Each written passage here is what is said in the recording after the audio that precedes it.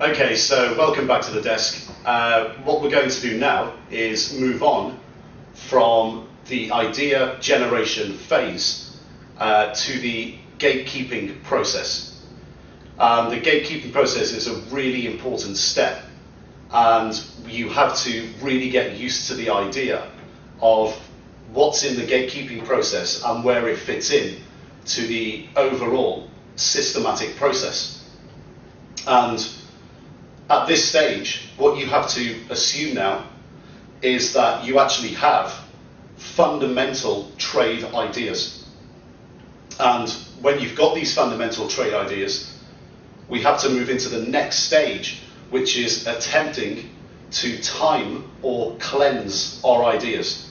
So we stop ourselves doing silly or stupid things like putting on good ideas and mistiming them, so these good ideas end up becoming eventually good trades that would have made us a lot of money, but we end up actually trading out in the short term before they become good ideas or good trades because we mistime the trade, or just putting on bad ideas and they just go wrong and you cut and you end up just losing money. So you have to get used to this idea of timing, what we use for timing, and where it sits in the overall process and why we do it. So first of all, we're going to go over to the computer screen and we're going to remind ourselves and go over all the reasons why we actually have a gatekeeping process in the first place, and why and where it sits within the overall process and why. And then we're going to look at our first timing mechanism that we use in the gatekeeping process, the commitment of traders report. In the video after, or in subsequent videos within the gatekeeping process, we're going to be looking at technical analysis and price action. But first we're going to look at commitment of traders reports, which are a fantastic timing indicator when we're trying to time our fundamental predispositions or fundamental trades to get an optimal entry point. So let's go over to the computer screen. Let's go through all the reasons why we have a gatekeeping process in the first place. Let's go through the gatekeeping process as to where it sits within the overall process to understand exactly why all these indicators sit where they do within the overall process and where. And then let's cover commitment of traders reports, and I'll see you at the end of the video for a recap. Okay, so what we're going to do here now is move into the gatekeeping process. So we're looking now to time our fundamental positions. So the idea generation phase provided us with the fundamental predisposition and bias of short Aussie dollar, US dollar, and in the backdrop having an overall inflationary caution on the US dollar. So these fundamental predispositions and our scorecards have to be always updated on a regular basis. Now, please remember, the universe of currency trading is a lot smaller than in stock trading. So overall, in the stock market globally, there's 42,000 opportunities. In that, there's 42,000 tradable instruments or stocks available out there on the planet. With currencies, there's obviously a lot less currency pairs that are tradable and accessible by the retail trader. So there's obviously, on an absolute basis, less opportunities. And within these less opportunities, volatility over every time frame is much lower. So there's less short-term opportunities. So we always have to bear this in mind. We have to also be very, very diligent in the Forex markets in avoiding boredom trading, and in particular, avoid day trading just for the sake of day trading. As we've seen throughout the video series, volatility over a one-day basis, especially within the major currency pairs, is very, very low. and there's very little room for error. So it's just not an optimal trading strategy. So unless volatility absolutely goes through the roof on a short-term basis due to some fundamental unexpected move in the Forex markets, we just avoid day trading. And it's not a good idea to day trade just because we can get the leverage. Just because we can get the leverage doesn't make a trade a good idea. So what we've got to do is always update our scorecards and be patient. So be diligent and patient. We have to wait for the big moves and look to time them as well as possible. The big moves might only happen a few times a year, but when they come, they're definitely worth waiting for.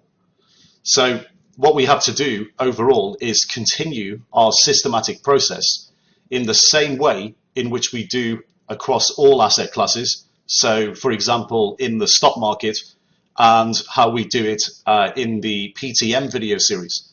So what we'll do now is go through the gatekeeping process and seek to time our trades. We're looking to time our fundamental ideas as generated by the overall idea generation process from endogenous and exogenous analysis, which gives us our fundamental predisposition, and seek to time these fundamental predispositions as well as possible.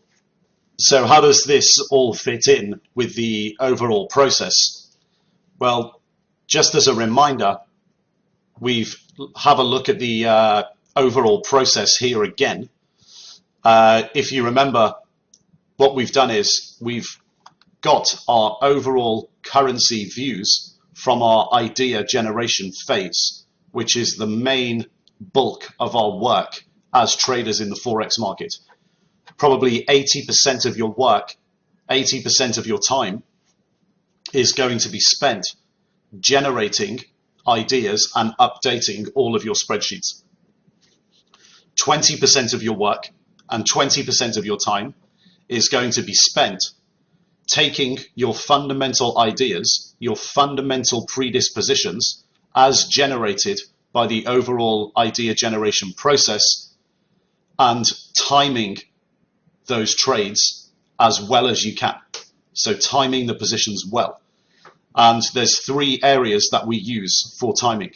We use the COT or COT reports, the commitment of traders reports, which we'll be looking at in this video. We use technical analysis, and we use price action. So idea generation first, fundamentals, 80%. Timing or gatekeeping, which is made up of COT reports, technical analysis, and price action, is 20% of your time. And what you're really doing here is looking to time your trades better. So fundamentals up here, timing second. And later we move on to risk management, which is again a volatility assessment and overall risk management rules. So that's the third section of our overall professional trader systematic process. Our final area is our self-awareness statistics. So taking the trades that are having been completed. So we have an idea here, timing here, real positions in the portfolio here, and then when we trade out, we have our self-awareness statistics. So trades that have been completed, and here, trades that are open. Now here, in fundamentals, we now have a fundamental bias to one of our currency pairs. And as mentioned previously, at this stage, an idea is just an idea and it's not a trade yet. It's only a trade when we have a position.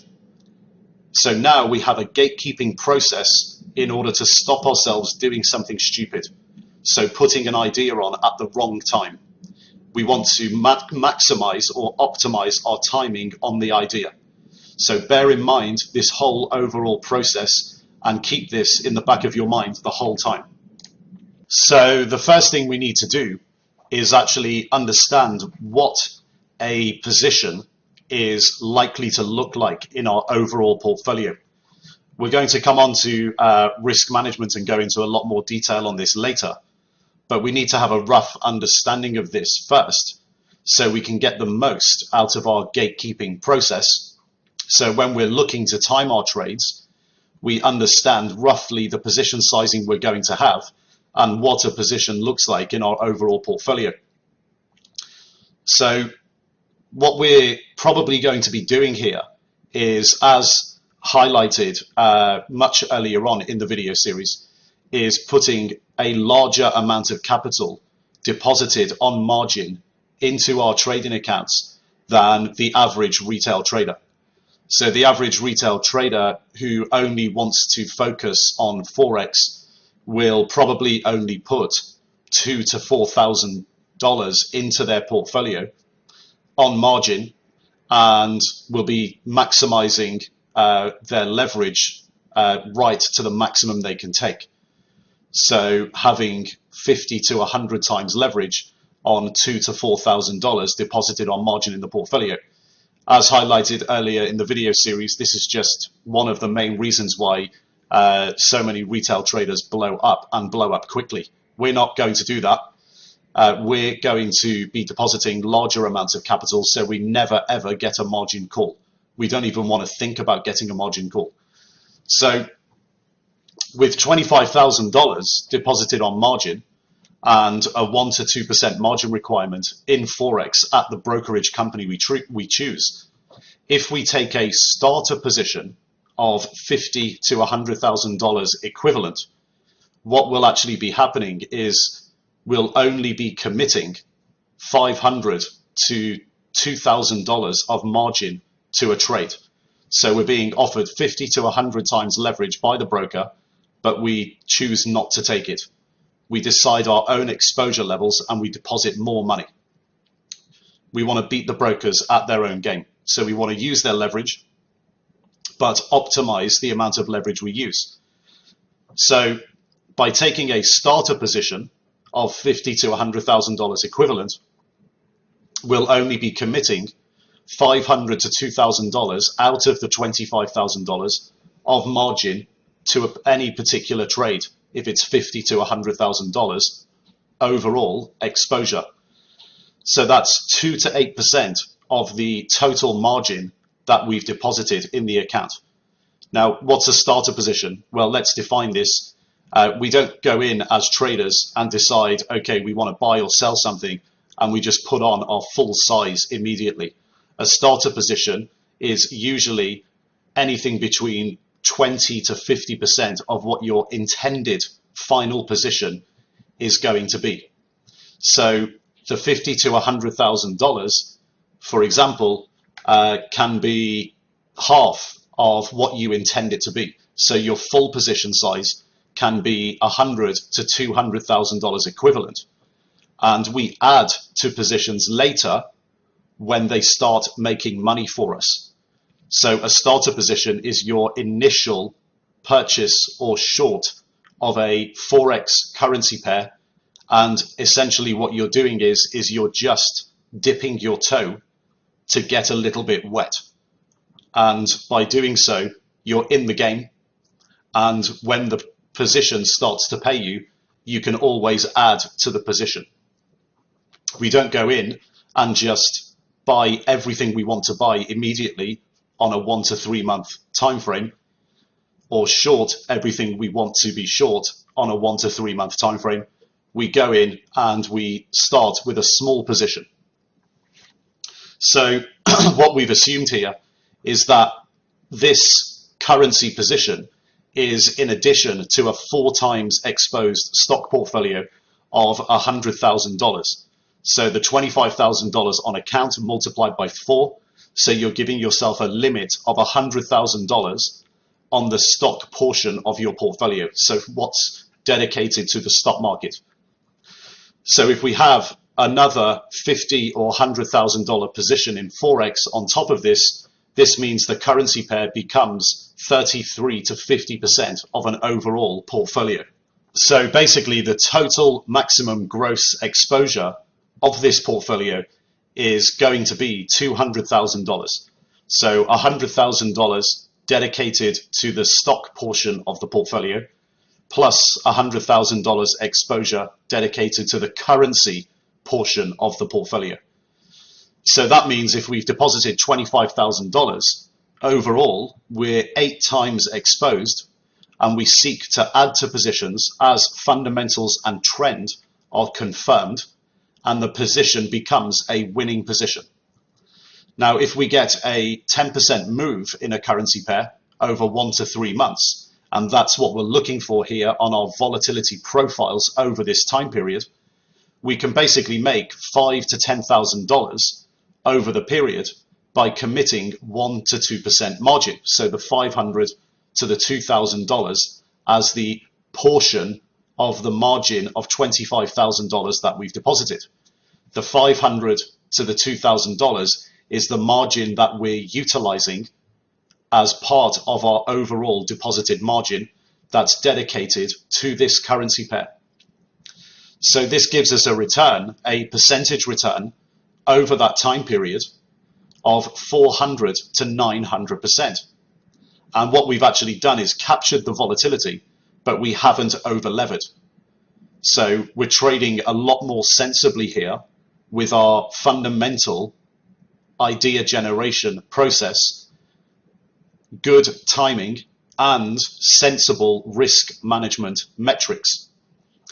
And what we might even do is, if the trade is looking like after 6, 8 weeks, or even 12 weeks, that it's going to continue going in our favor, we may even add more to the position as we're confirmed to be winning and making even more.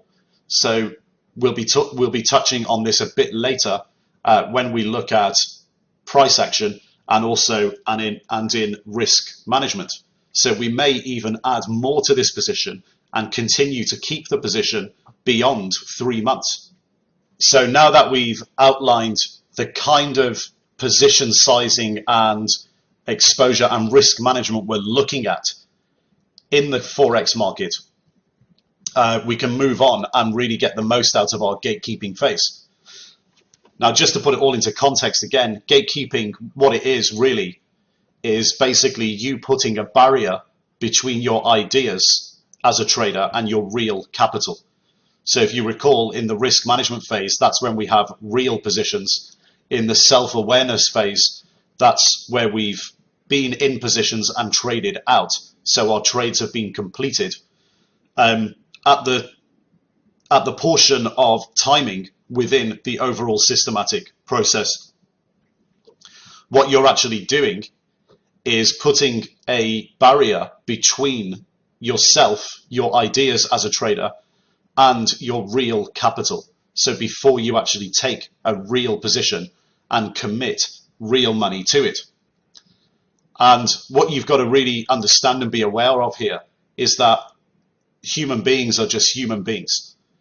After doing a ton of work and fundamental research, every human being always thinks their ideas are great. However, in trading, what you need to do is always have a barrier or head check that stops you from doing stupid things. So putting a fundamentally good idea on and completely mistiming it. So we need this head check for timing, because you can have the best idea in the world, you can mistime it, you can end up having to trade out, so getting stopped out because you're losing too much money. But then the trade might actually go in your favor after you've traded out or been stopped out, and then longer term you're actually proved to be right. So not having any barrier between your ideas and your real capital before you actually go and take a position is one of the silliest things you will do as a retail trader. Professional traders are fully aware that ideas are not trades until they've been cleansed. So it's been checked over and over again that the timing is probably good to actually go into the trade now. So at this stage, what we really want is proof that the market is actually on our side. So we're not actually arguing with the market, we're going with the market and running the fundamental and technical trend. So we don't, however, just want to simply look at weak charts and sell everything on the low and look at strong charts and buy everything on the highs just because a chart is in agreement with us, because this could be detrimental to our timing. So imagine the situation where you have a fundamental predisposition to be short a currency pair, and you pull up a chart and it's gone down for a long time and it looks weak. Well, on the surface, it looks like that the fundamentals are weak and the chart or the technicals are weak as well. But we don't want to just simply go and short everything because the chart looks weak. Just because a chart is in agreement with us doesn't mean the timing is good. What we need to do is strike a balance between having forward-looking original trade ideas that are starting to play out and seek the 1 to 3 month big 10% plus moves. Because if we have a fundamental predisposition to be short and the currency is already down 20 to 25%, this could mean that the trade has already played itself out. So we need to be a bit more sophisticated in our timing here. So what we have to do is do more work, and there's 3 items that we have to consider in the Forex markets when going through the gatekeeping phase. The first one we're going to look at now, which is the commitment of traders reports. What we want to know here is, how is the market lined up? How is the market positioning itself? Secondly, we're going to look at technicals. Does the fundamental idea seem to be playing out? Are we early? Are we late? Are we looking to get into a trend? Is the trend well defined? We need to be asking ourselves all of these questions.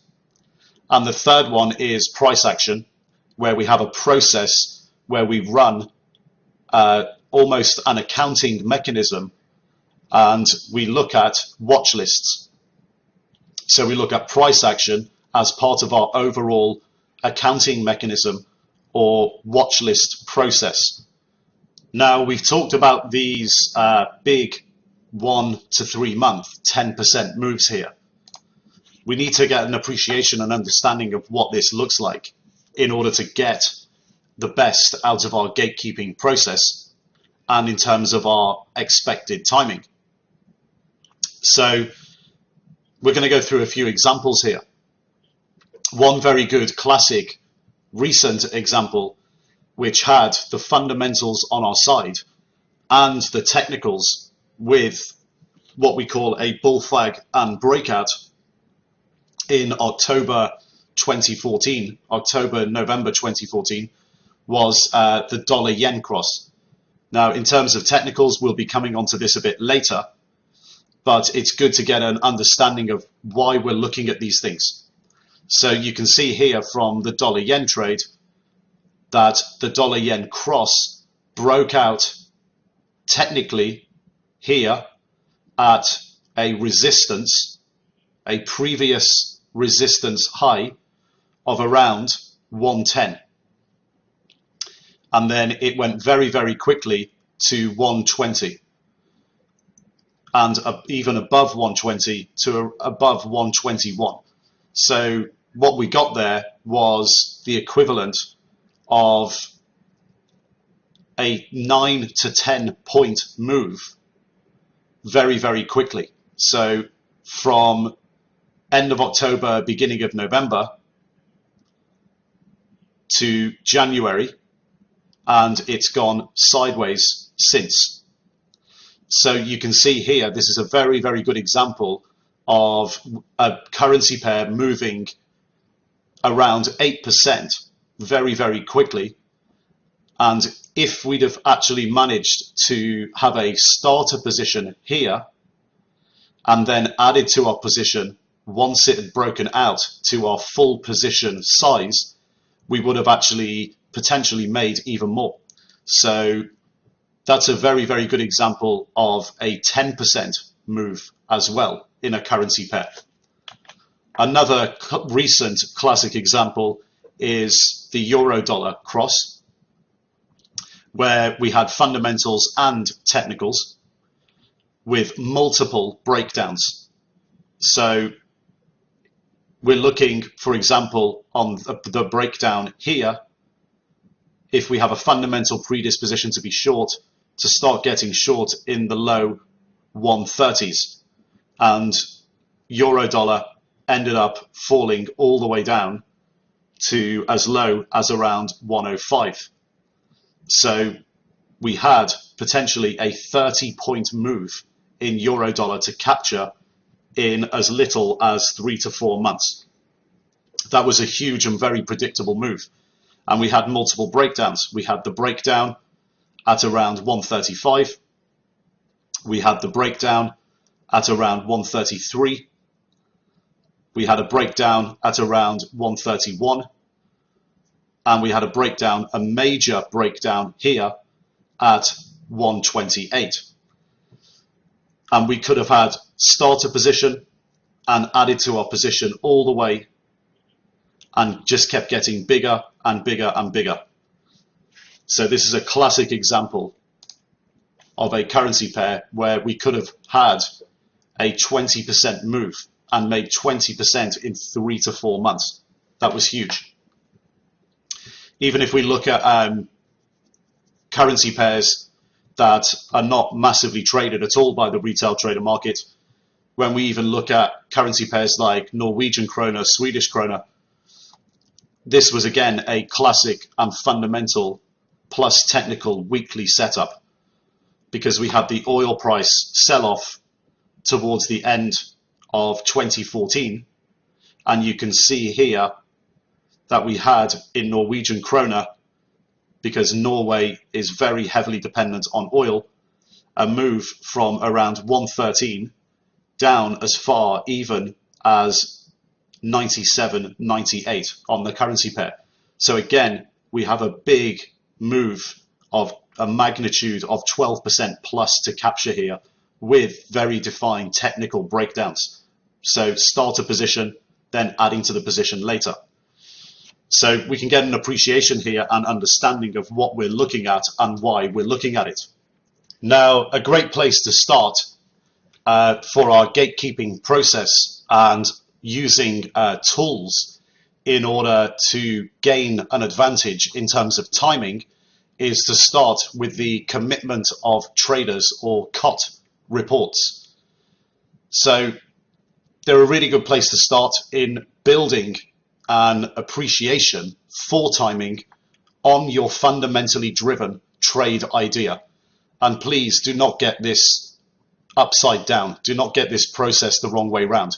We do not look at COT reports to actually generate an idea and then look for all the reasons afterwards why we want to be long or why we want to be short.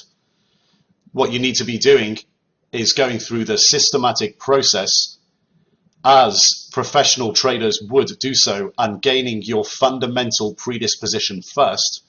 And COT reports are one of our tools for timing a trade optimally.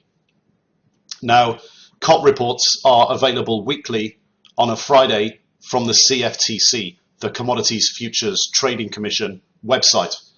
And the links are available in the spreadsheet download section to enable to obtain all the historical data for the financial futures. So we'll be going over to our spreadsheets in a moment from the download section, but these are the links that you'll need to go and get the CFTC reports. So what's included is mostly financial futures contracts traded on the CME, ICE, and CBOT. And the currency futures that we're interested in are all traded on the CME. Now, one word of warning here, not all of our tradable set is available as a financial futures contract on the CME. So if the currency pair is not available, then you just have to jump directly to the step number 2 and 3 of the gatekeeping process, so technical analysis and price action. Now, when you first go to the CFTC website, you're going to see when you download the COT reports that there's a huge amount of data, and also the data can be very confusing. But what we've done is put together a few shortcuts for you to show you where to look and how to interpret everything correctly. So we'll be going over to the spreadsheet in a moment, but first let's qualify what we really need to look for. What's really going to help us in terms of gauging our timing within our own gatekeeping process when we look at commitment of traders reports? Well, the information that you need to focus on is non-commercial activity. Historically, what you'll see is that COT reports are split up into commercial, non-commercial, reportable, and non-reportable participants. And you'll also see that down the years, so since the mid-80s, the CFTC has actually changed the way in they report their data. So you'll see different definitions in different data sets down the years since the mid-1980s. So again, it can be very, very confusing as to what to focus on here. Basically, in terms of the definitions of market participants that the CFTC reports, generically what we're not interested in is commercial activities. And that's because as traders, we don't glean any useful information or interpretation on our timing from the commercial activity. So commercial activity is primarily corporations, and the activities of these market participants in terms of traders, we can't really take anything useful from it in terms of as an input towards our timing as to whether our timing could be better or if our timing is good, because commercial activity can simply be commercial producers hedging already long physical positions. So for example, you'll see contracts in the data when you download it for corn, wheat, and the cattle market. Well, if they're agricultural producers, then they will be defined as a market participant as commercial, and their activity could literally be that they're hedging out their corn, wheat, and cattle physical positions. So agricultural producers that actually have physical positions in corn, wheat, and cattle. So we can't really glean any useful information out of that as to whether the market is in our favor or against us, or turning in our favor or turning against us. Now, in the Forex market, commercials can also be corporates, and they can also be hedging Forex positions. So, for example, if a corporate knows that in a month's time they have a liability to pay in Europe, so costs denominated in euros, they may decide to hedge that exposure by buying forward contracts now on euro-dollar. So we can't really glean anything, again, from commercials in Forex in terms of our timing. We're also not interested in reportable and non-reportable transactions, because this constitutes market participants such as market makers, dealers, brokers, and also, in addition, retail in an aggregated format. So when we look at market makers, dealers, and brokers, for example, these guys are actually the middlemen, and they're acting on behalf of clients. So what they're reporting is trades where they match buyers and sellers, and also trades that they've transacted on behalf of their clients, so transacted on behalf of buyers and sellers. So again, we can't really glean anything useful in terms of our own timing to our fundamental predispositions from these market participants. And retail in an aggregated format, well, we're trying not to be retail. So we're trying to be institutional, and we're trying to look at a 1 to 3 month time horizon and emulate professional traders and hedge fund managers. So the focus we want to have is on these market participants. What we're interested in is purely in the non-commercial transactions that have been stripped out of all the data, because this constitutes institutional and hedge fund money, and these market participants, what they've been doing in their own trading activity. Now let's have a look at the data and the downloads that we're looking for. If you go to the CFTC website via the links in the previous slide, you'll see quite a few downloads for COT financial futures since the mid-1980s. So you'll see COT financial futures 1986 to 2006. You'll see COT financial futures 2007 to 2014. And you'll see COT financial futures 2015. And this is because since the mid-80s, the CFTC has changed their definitions and breakdowns a few times over the years. So how market participants are defined and how the data is actually broken down in the spreadsheets. So you're going to have a very, very hard job when you download all of this data, actually interpreting it correctly, because you have to find the data in 2015, what the definition of the data of each column was in the prior period 07 to 14, and in the prior period to that 86 to 2006. And this would actually involve you getting in contact with the CFTC. But fortunately, we've already done that, and we've aggregated all the data for you as an example, so we can actually show you what you need to really focus on and also how to interpret it correctly. So let's have a look at what we need to focus on within each of these reports, so we can actually get an aggregated report from 1986 all the way up to present day. When you look at the previous two periods in terms of the definitions, so when we look at 1986 to 2014, you need to be focusing on the historical data within the currency pair that you've chosen, deleting all the columns that are no use and focusing on these 7 columns. So we want the report date as month, month, day, day, year, year, year, year, non-commercial positions, long, all, non-commercial positions, short, all, the change in non-commercial longs, all, the change in non-commercial shorts, all, percentage of open interest, non-commercial longs, all, and the percentage of open interest, non-commercial short, all. And as of 2015, the CFTC changed its formats. So we have to line up the data correctly.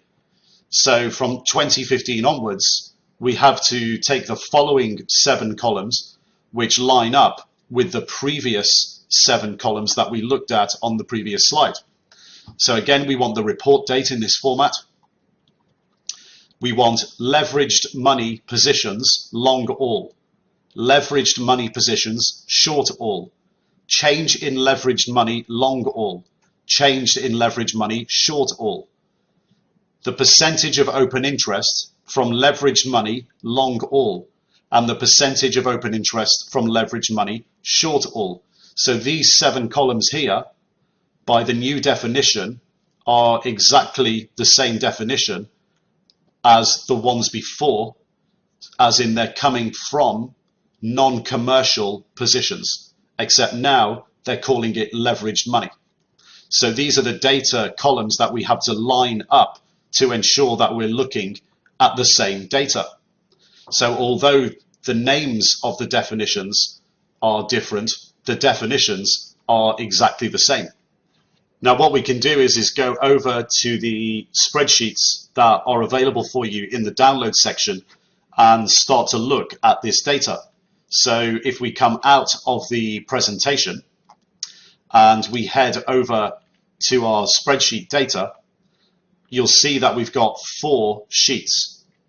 So our 3 sheets here, we have the COT financial futures data 1986 to 2006, we have 2007 to 2014, and we have 2015. Now, how do we put all of this data together? Well, let's start with the 1986 to 2006 report, and the 7 columns that we looked at earlier in the presentation. We've actually highlighted these for you on the data downloads. And we've done this in the same way for the 2007 data. So report date and the 6 extra columns that we need to focus on by definition as non-commercials. And then in 2015, non-commercial name as definition changed to leverage money. So we've highlighted these for you as well. Now where you get the contracts, so the contract names is down here. So we're looking here, for example, at the Canadian dollar, the Swiss franc, and the British pound. And what we do is we put all of this data together for these 7 columns, and we've put it into this spreadsheet for you and given them our own names. So we have non-commercial positions long, non-commercial positions short, change in non-commercial positions long, change in non-commercial positions short, and then we've got the percentage of net commercial positions long and the percentage of net commercial positions short. So we put all of this data together in this format for you. Now if we go back to the presentation, we can start to understand what we actually want to look for here. So in order to know what we're actually looking for and what we want to know, we need to really understand what we're looking at first. What we're looking at when we look at non-commercials is what hedge funds are doing. And what we're interested in is their positioning. Specifically, what we want to know is if they are long or short a currency pair, and by what magnitude, so what their conviction is.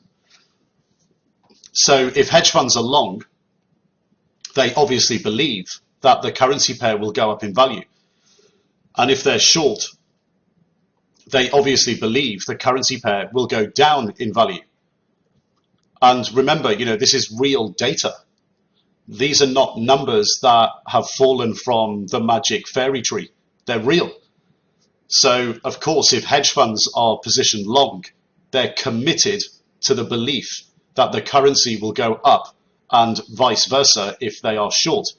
And that's exactly why it's called a commitment of traders report. The hedge funds that we're looking at have been through the same endogenous and exogenous processes as you have to get to this point, to get to the point of having a fundamental predisposition. And if you argue with the market, what's most likely to happen is that you're just going to lose money. So if you get to this stage and there is a big conflict between your fundamental view and the market, what you have to do is actually just put your idea on hold until the timing is better and just continue to update and maintain your fundamental analysis and your spreadsheets. So what does this actually all look like pictorially? Well, the COT reports, when we look at them pictorially, is useful because we can calculate the turning points in positioning and in professional trader or hedge fund sentiment. And we do this by taking the open interest percentage change on both long and short non-commercial or hedge fund positioning and working out the difference between the two. So what we want to do is look at the percentage of open interest of leverage money long on all positions and the percentage of open interest of leveraged money on shorts on all positions. And if we minus the percentage short position from the percentage long position, we get the difference between the percentage of contracts that hedge funds are long and short. So we end up getting the net position of the market of non-commercials, so of hedge funds. And this creates a new dynamic that is known in professional trading circles as the flip. And the flip basically shows us when hedge funds flip from committing to being net long to committing to being net short, or going from net short to net long. But it also shows us something else. It shows us how committed the commitment actually is. So the rate of change by which positioning is actually changing. And if you go to the download section, you'll see the sheet that we've just taken a brief look at, the Aussie dollar, US dollar COT report. And the chart we're going to look at now is this. So this is how it looks like pictorially. So let's go over to the spreadsheet and we'll have a look at it. So if we navigate out of the presentation and go to the spreadsheet, Aussie dollar, US dollar COT, what we've got here is the Aussie dollar, US dollar data taken from the COT reports going all the way back to 2004. And if we go over to the data areas, you'll see that we've obviously got data from up to the 2014 spreadsheet, so 2007 to 2014, and also from the spreadsheet 1986 to 2006, because we're going back to 2004 here.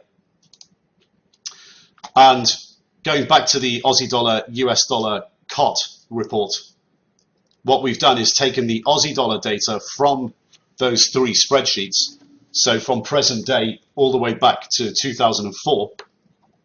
So we have our non-commercial longs, non-commercial shorts, our change in non-commercial longs, our change in non-commercial shorts, our percentage change in net commercial longs, our percentage change in net commercial shorts, and then we have our flip data and our actual Aussie dollar, US dollar data taken from investing.com/currencies. And you can see when we first look at the date that the dates are going up in weeks. So we have weekly data coming from the CFTC every Friday, and that's for the previous week. So the data that we want to focus on are these four columns here. So the first one we're going to look at is the flip. How do we actually work out the flip or work out the net percentage positioning? Well, we take the percentage net commercial longs and the percentage net commercial shorts, and we minus the short from the long, and we get the flip data, we get the net data. And we can see this is a minus figure. And on the chart here, we have two lines. If we click on the brown line, you'll see that this is referencing column H, which is our net flip position. So our net positioning in the market from hedge funds. So the amount of the percentage contracts that are held long and short by hedge funds, the difference between the percentage held long and short. So this gives us a minus number, which we interpret as hedge funds are short. Hedge funds are net short the Aussie dollar in the financial futures market. So when we click on the green line, we have the Aussie dollar, US dollar data being referenced from column I. So what does this flip actually mean? Well, our flip is on the left-hand side and our Aussie dollar data is on the right-hand side of the chart. So we can see here we have our zero bound. The zero bound is when percentage long positions held by hedge funds and percentage short positions equal each other. So the market is balanced out. Hedge funds are neither net long or net short. We have here the positive bound. So everything above zero, the positive region, where basically it's telling us that hedge funds in this region are net long the Aussie dollar, US dollar. And then in the minus bound, we have our net short positioning. So hedge funds here below zero are net short. Now, just taking a step back before we start really analyzing this data, the definition of the percentage net commercial long and percentage net commercial short, what this lines up to, this data, when we take from the spreadsheets 1986 to 2006 and 2007 to 2014, is the percentage of open interest of non-commercial long all and the percentage of open interest non-commercial short all. And in our 2015 data set, this is equivalent to the data percentage of open interest leverage money long all and percentage of open interest leverage money short all. So it's quite important to get these definitions right when you select the data of the currency pair that you want to be looking at. So again, we take the net position from here and we obtain what we get is the net positioning of hedge funds overall. And you can see this changes over time. So we have negative values throughout history. We have positive values throughout history. And you can see between 2004 to present day that for the vast majority of times, hedge funds have actually been net long the Aussie dollar, US dollar, and quite rarely been short the Aussie dollar, US dollar.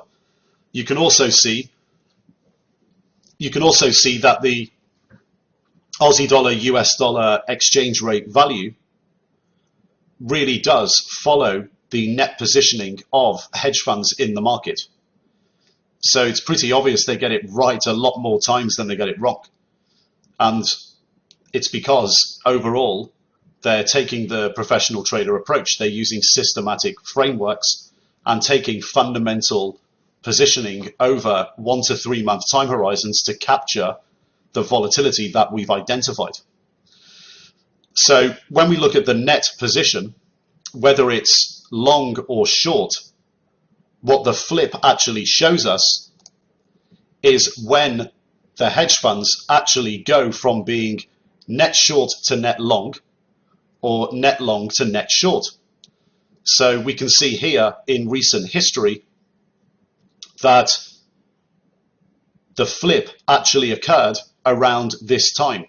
So the brown line coming down means hedge funds are going from being long to short when they go through the zero bound.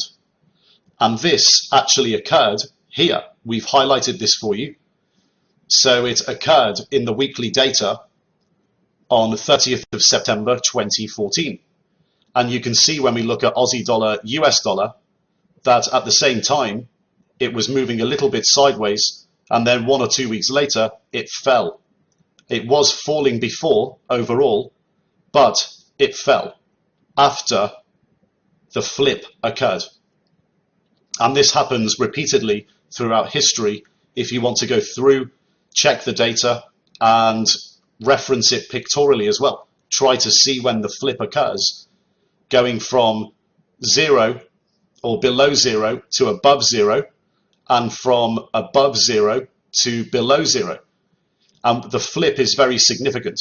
The flip always tells us that the hedge fund industry, the hedge fund market overall, is changing their net positioning and their net commitment to a particular currency pair. And when this happens, it's very significant in the Forex market.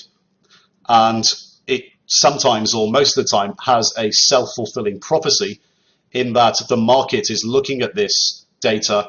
So the smarter money is looking at this data, and they have their fundamental predispositions beforehand.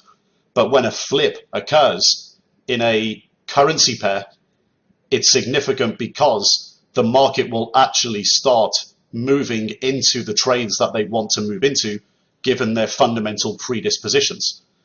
So when the flip occurs, it's pretty significant. It ends up having a self-fulfilling prophecy. Now, the other thing we can look at and reference here is the actual rate of change of the net positioning.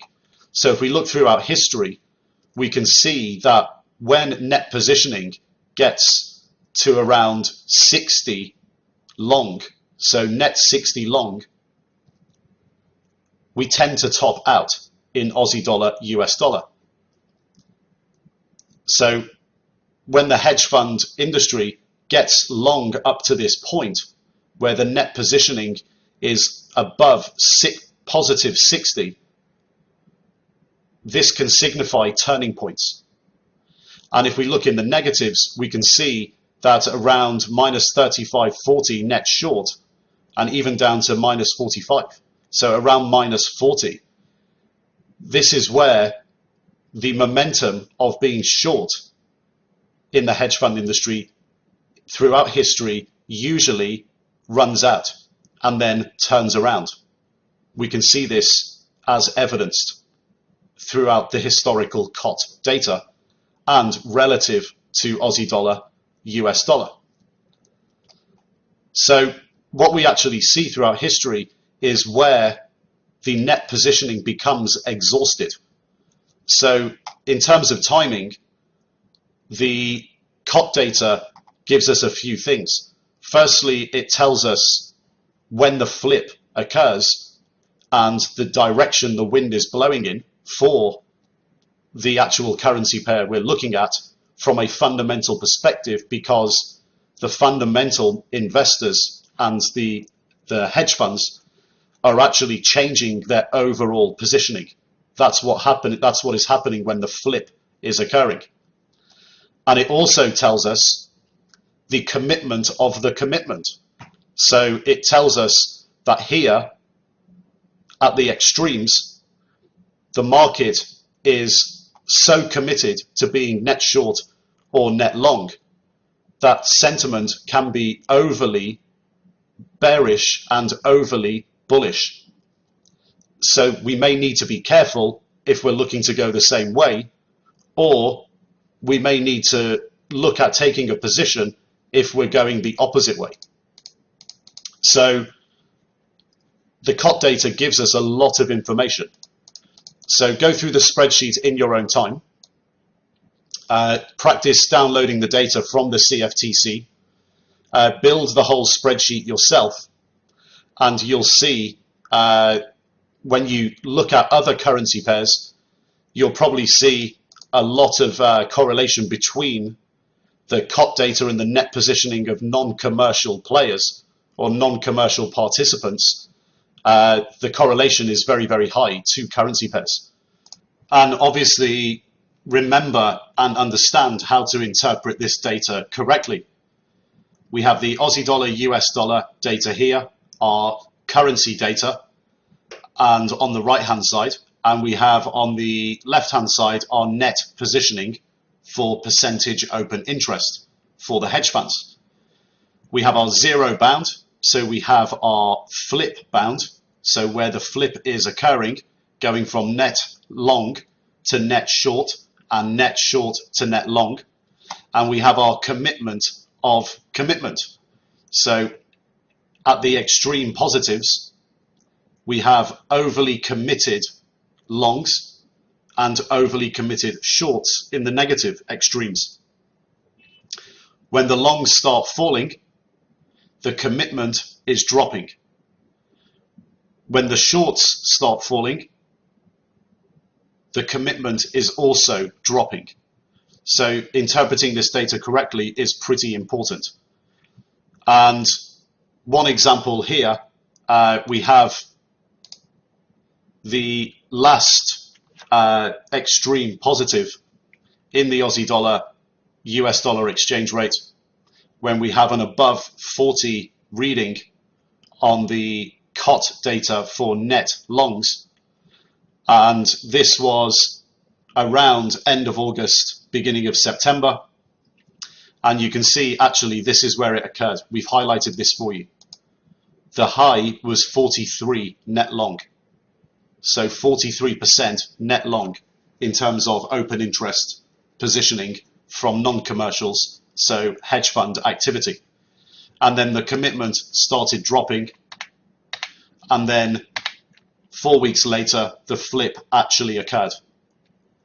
Then we get to this level down here in the negatives around the low 30s, and then we move sideways.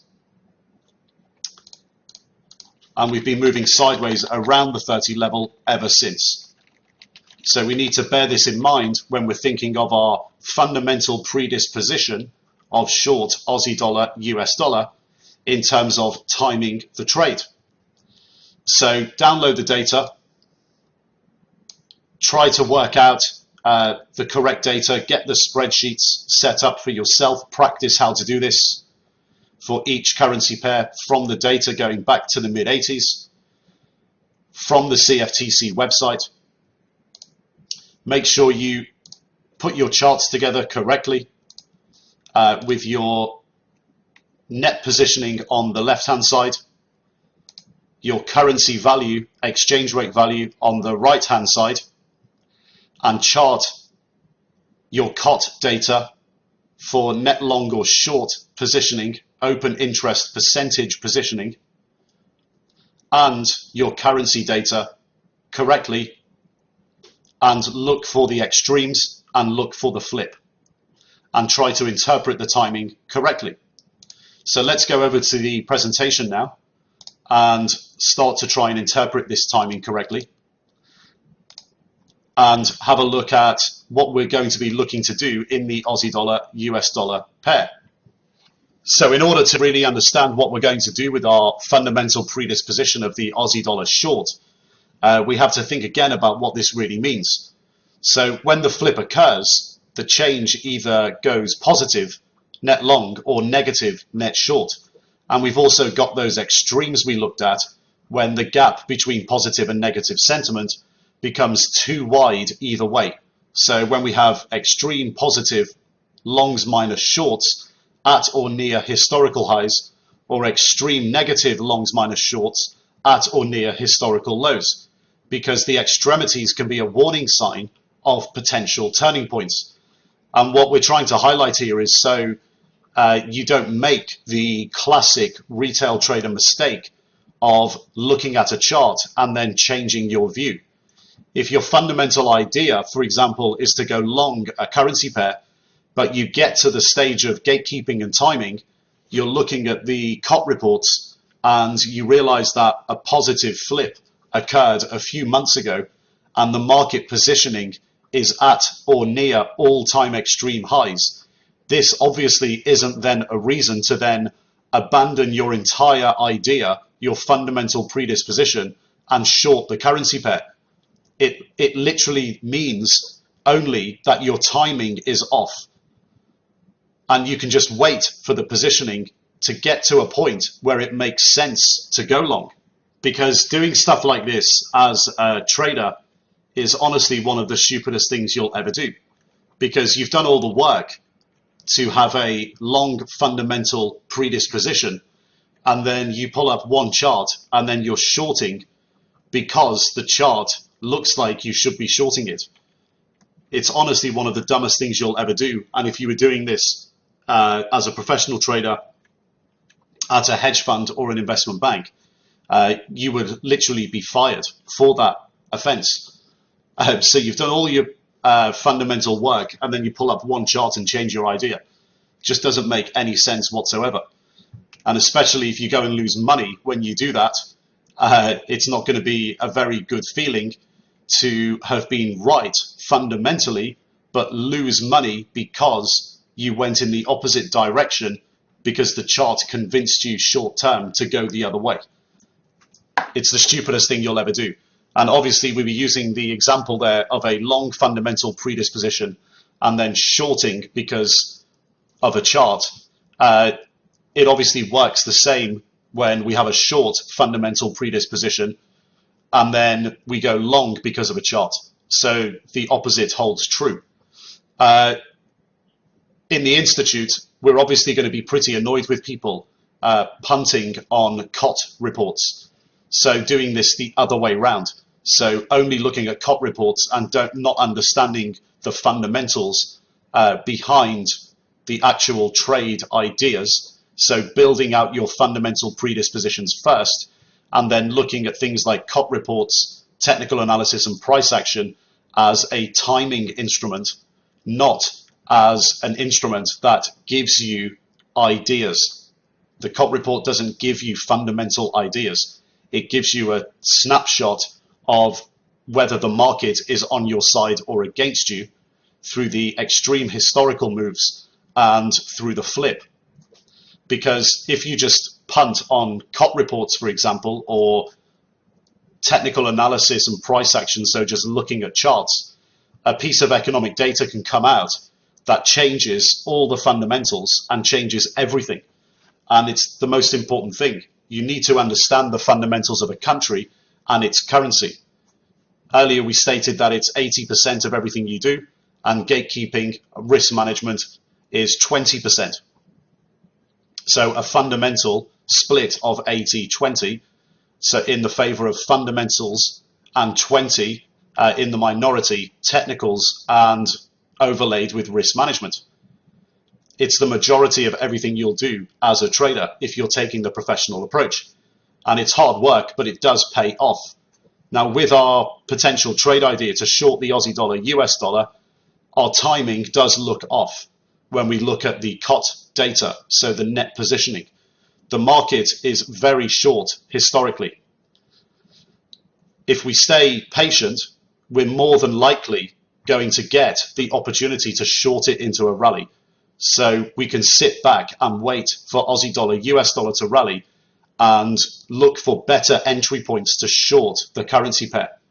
And in the meantime, we can continue to update our spreadsheets, stay on top of the fundamentals, and pick it off when it looks like Aussie dollar, US dollar is at a great level to short in terms of timing.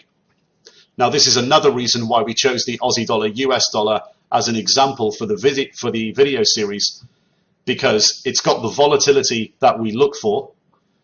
We have a fundamental predisposition subject to the endo analysis that you're going to do yourself, but the timing according to the COT data is actually off.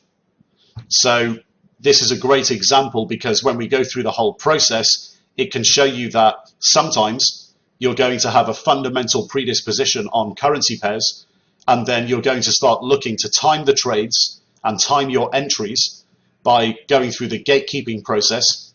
You can pull up the COT data and realize that it's dangerous. You can realize at this stage that you're actually late to the trade. So now you have to just continue to update your spreadsheets, stay on top of the fundamentals, and wait for better timing. So there's a lot of lessons to learn there by looking at the commitment of traders reports. Let's go back over to the trading desk for a quick recap. Okay, so welcome back to the desk. We went through, obviously, there the gatekeeping process, introduced you to a few new ideas, and also went through the commitment of traders reports. So the first thing we did, we wanted to really cement this understanding of the actual gatekeeping process being this barrier that you put between your fundamental ideas that are generated through the idea generation process and your actual capital. And the reason, or the main reasons why we actually have this, is because at this stage an idea is just an idea. It's not actually a trade. Because when you deploy capital, then it becomes a trade. So we have this process, the gatekeeping process, to stop us basically doing one or two things or both at any one time. Basically either putting on good ideas that are badly timed, and then we end up losing money when we should have made money, or just putting on bad ideas that just lose money straight away, and we're giving money away for no apparent reason. Because a good trade is a good idea that's timed well. So we need to really understand the reasons why we have this and the reasons why we take our time and we try to look for optimal entry points through the gatekeeping process to our ideas that have come out of our idea generation process. Now, the second thing we looked at, we started introducing you to some risk management metrics. Now, we're going to go on to risk management a bit later and go into a bit more detail, but essentially what we looked at there was an overall portfolio with currencies and stocks with gross exposures and exposures to currencies and exposures to stocks. Now, it's a theoretical portfolio at the moment. What's important is the metrics that we're looking at in terms of restricting ourselves on exposure and leverage. So if this was a combination of a stock portfolio and currency portfolio, the gross exposure is 200,000, and we looked at exposure in stocks of 100 and exposures in currencies of 100, and overall being 8 times leveraged and restricting ourselves to that, and having $25,000 deposited on margin in the portfolio, so in the brokerage account. So having the 25k in and having the 200k exposure is the metric that we really want to concentrate on, because whether that's stocks or currencies by themselves or stocks and currencies combined, it doesn't really matter. What we really want to be understanding at this stage is the principle of using a lot less leverage and still getting very high percentage returns on our capital. So we looked at the 8 times overall gross exposure. If we had simple currencies exposure, it can be anything between 4 to 8 times. If we had stock and currencies exposure, stocks would be probably 100k plus 100k currencies. And when we look at currencies alone or currencies within a stock portfolio, the same principles apply when we're trading this asset class as to when we're trading other asset classes. We're a gatekeeper to our capital, and we stop ourselves doing stupid things, and we have sensible risk management metrics. We introduce you there also to this concept of having a starter position. And that's important as we move through the gatekeeping process and how we're explaining things work. You need to understand this concept of a starter position. A starter position is when you look at your own portfolio and you decide what your gross exposure limit is in your portfolio, so the maximum exposure you'll go up to, and then you look at a single asset position limit within your overall portfolio. And if, let's say, your overall gross exposure limit that you put on yourself is 200,000 and your currencies exposure is 100,000, then you may decide that your starter position size is 50,000, so half your full position size. And that concept is important because, again, when you have a gatekeeping process, one of the reasons why we're having it is so we have this mechanism in place that stops us doing stupid things. So putting on a good idea that is mistimed and we lose money, and then it ends up becoming a good trade, which is the cardinal sin and the worst feeling in the world in trading, or just putting on a bad trade, losing money and giving money away for no reason. So putting on an idea straight away. If we put on an idea on straight away, we've not even looked at timing it optimally. So getting used to this idea is quite important. The next thing we looked at was COT reports, so the Commitment of Traders reports. They're very, very useful. We looked at the downloads from the CFTC website. They're really useful as a weekly indicator for figuring out if the timing on our trades is optimal or not. So we have our fundamental predisposition, and we're using the COT reports to decide whether we should be going in with a full position, a starter position, or no position at all, refusing to trade, no trade. And this idea of having a starter position, if we go back to that for a moment, in the context of a Commitment of Traders report, this idea of having a starter position is just the idea of being in the game. So you have a fundamental position, but you know you don't want to fully commit to it. You want to leave some ammunition. So let's say, for example, the Commitment of Traders reports, you see the flip has just occurred in the last couple of weeks, and your fundamental predisposition is to be short the currency pair, and the flip has come in positive. Well, you might decide that because the flip has occurred, it's not near historical lows, it's not near historical highs, that you might play with the idea of having a smaller position than your maximum position size, and it might become a starter position. So what that is actually doing, the Commitment of Traders report in this respect, is stopping you from putting on a full position.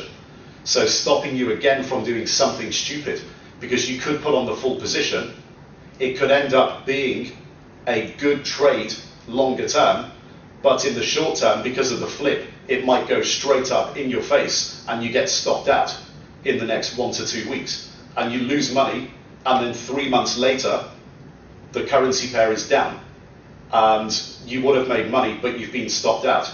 So in that respect, the COT report explains how a starter position works and what it's there for. So when we look at technical analysis and price action later, we do this in a bit more detail. But the concept to get hold of now is that in terms of timing, why we're using these things is firstly to stop us doing stupid things, but also to have some sort of subjectivity in our position sizing and working out as much as what not to do as to what we should be doing. So for example, if you have a trade idea, you obviously think it's going to be a great idea, and you just put this barrier between your idea and your real capital. You bring up the technical indicators, like the COT reports, like technical analysis, like price action, and you monitor the potential or optimal timing of taking the idea from an idea to a trade and ending up with a real position. If the technical indicators tell you it's not the right timing, then the technical indicators are telling you to not do something. They're telling you to not put the position on and that you'd be better off waiting. But the opposite might happen. The opposite may happen as in they tell you you should go for it. You should actually go into the trade now and put on a almost full position size or full position size straight away. But something might happen somewhere in the middle. You might not be fully convinced, but you might not want to be in the game. So there's always the option to have a starter position and add to the position later as the technical indicators show you that the timing is going to be better. So the COT report is one of these great examples of cleansing your idea within the gatekeeping process. We can use it to time trades better with our fundamental predispositions. If we combine this with technical analysis and monitoring price action, we're going to add a lot of value to our overall process and save ourselves a lot of money over our lifetime by not mistiming trades or getting in to bad trades full stop. So now we're going to move over to technical analysis. Practice your COP report on the spreadsheet, download the data, go to the download section and practice building the spreadsheet that we showed you, and do it for other currencies, do it for other currency pairs, and you'll see that it's an extremely useful indicator in terms of timing. But never forget that that's what it's there for. It doesn't produce ideas. We're not here to just copy what people are doing. We're here to put the COP reports, technical analysis, and price action monitoring within a timing mechanism that cleanses our ideas. So we enter the trades that we want to enter from a fundamental perspective, but we just time them better because we've got the market on our side. So go through, practice, and I'll see you in the next video on technical analysis.